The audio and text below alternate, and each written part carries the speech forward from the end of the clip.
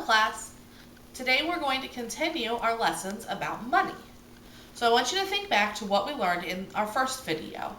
A penny is worth 1 cent, a nickel is worth 5 cents, a dime is worth 10 cents, and a quarter is worth 25 cents. In class today we talked about the bills that we use, the 1, the 5, the 10, the 20, the 50, and the 100. And we also talked about how to tell when we should use the dollar sign or the cent sign. Remember, if you're writing a value that's less than $1 or 100 cents, you can write it either using the dollar sign and a decimal point or using the cent sign. If it's over 100 cents, you have to use the dollar sign. So now we're going to talk about adding and subtracting money. And at first it may seem confusing, but you'll get it down pretty quick. So let's look at our first problem. If I had $1.55 and my mom paid me 75 cents to take out the trash, how much money would I have? So for step 1, we're going to line up our problem. And the important thing to remember here is that you have to line up your decimal points. They have to be going straight down. So since my mom is giving me extra money, this is an addition problem. Now remember, when we said 75 cents, because it's less than $1, we can write it as $0 decimal point 75. So that's how we want to write it here. Now once you have it all written down, we're going to move to step 2. In step 2, you're going to add. Now this is just like adding a 3-digit number normally. The decimal doesn't change anything. So you add just like normal. 5 plus 5 is 10, and we carry the 1. 7 plus 1 is 8, plus 5 is 13, and we carry the 1 again. 1 plus 1 is 2. So our answer here is $2.30.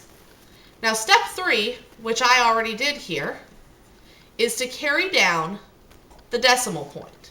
You have to make sure that it gets carried down to the answer. Now you can't just write this as your answer because we don't know what that means. You have to write it out using either the dollar sign or the cent sign. Since this one is over 100 cents, we use the dollar sign. Now for question number 2, if John has $3.82 in his piggy bank and his aunt gives him $5 for his birthday, how much money will he have? Step 1, we're going to write down our problem. He has $3.82 and his aunt gives him $5. Because she's giving him money, that makes it addition. Step 2, we will add. So we have $3.82 plus $5. We have 2, 8, and 8. And then step 3, we need to put our decimal point. And it goes straight down in a line. So then to write the answer, we would write $8.82. For our last problem, we're going to move to subtraction. If Sarah has a $10 bill and she buys an ice cream cone for $1.75, how much money will she have left? The key here is have left. Since we're looking at how much money she has left, we know that it's going to be subtraction. So step 1, we want to put what she has first. She has a $10 bill. And like we learned in class, that means there are 10 and then 0, 0.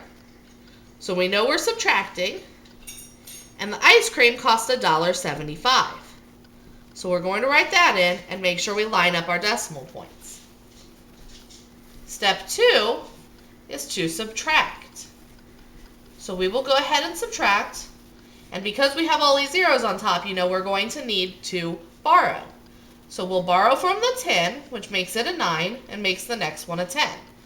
And then we borrow from that 10, which makes it a 9, and makes the last one a 10. So 10 minus 5 is 5. 9 minus 7 is 2, and 9 minus 1 is 8.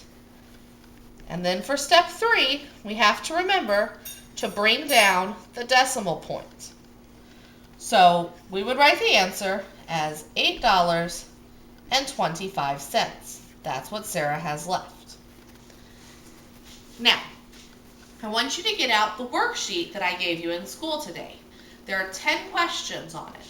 The first 3 questions are about writing amounts of money using either the dollar sign or the cent sign. The next 4 are about adding, and the last 3 are about subtracting. I want you to work on those problems and bring them back to class with you tomorrow, and we will go over them. All right, see you tomorrow, class. Bye.